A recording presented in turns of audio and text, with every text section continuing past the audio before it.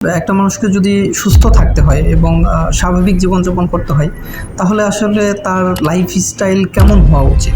প্রথম কথা হচ্ছে তাকে স্ট্রেস ফ্রি লাইফ কাটাতে হবে। নির্দিষ্ট পরিমাণ পানি পান করা কিন্তু আমাদের প্রত্যেকের জন্য জরুরি। যেমন প্রত্যেকের ওজন অনুসারে কিন্তু আমাদের শরীরে পানির ইনটেকটা নির্ভর করে, তাই না? তো এই ওজন অনুসারে পানির পরিমাণটা আপনি নিয়মিত রাখতে হবে। তারপরে নর্মাল হেলদি লাইফস্টাইলের যে খাবার দাবারগুলো আছে সেগুলো আমাকে খেতে হবে। আজকাল কিন্তু অনেক ফাস্টফুড বা প্রসেস ফুড আছে যেগুলো হচ্ছে আমাদের পরবর্তীতে শরীরে বিভিন্ন ধরনের ডিজিজকে কন্টিনিউশনে নিয়ে যায়। সুতরাং আমাদের যেটা করতে হবে, ফ্রেশ খাবার এবং সবচেয়ে বড় কথা প্রসেস ফুডগুলোকে অ্যাভয়েড করা উচিত।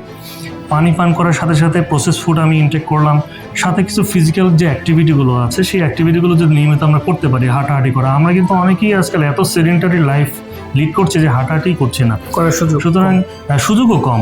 সুতরাং এর ভিতরেও কিছুটা আমাকে সময় ম্যানেজ করে আমাকে হাঁটাহাঁটির জন্য সময় বের করে রাখতে হবে।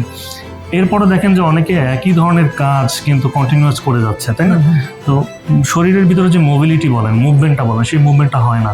সেই মুভমেন্টের জন্য শরীরে বিভিন্ন ধরনের ফ্রি হ্যান্ড কিছু এক্সারসাইজ রয়েছে, সেগুলো করতে হবে। এর ফলে কী হয়, আপনার মানসিক এবং শারীরিক দুই ক্ষেত্রেই কিন্তু লাভবান হতে পারবেন।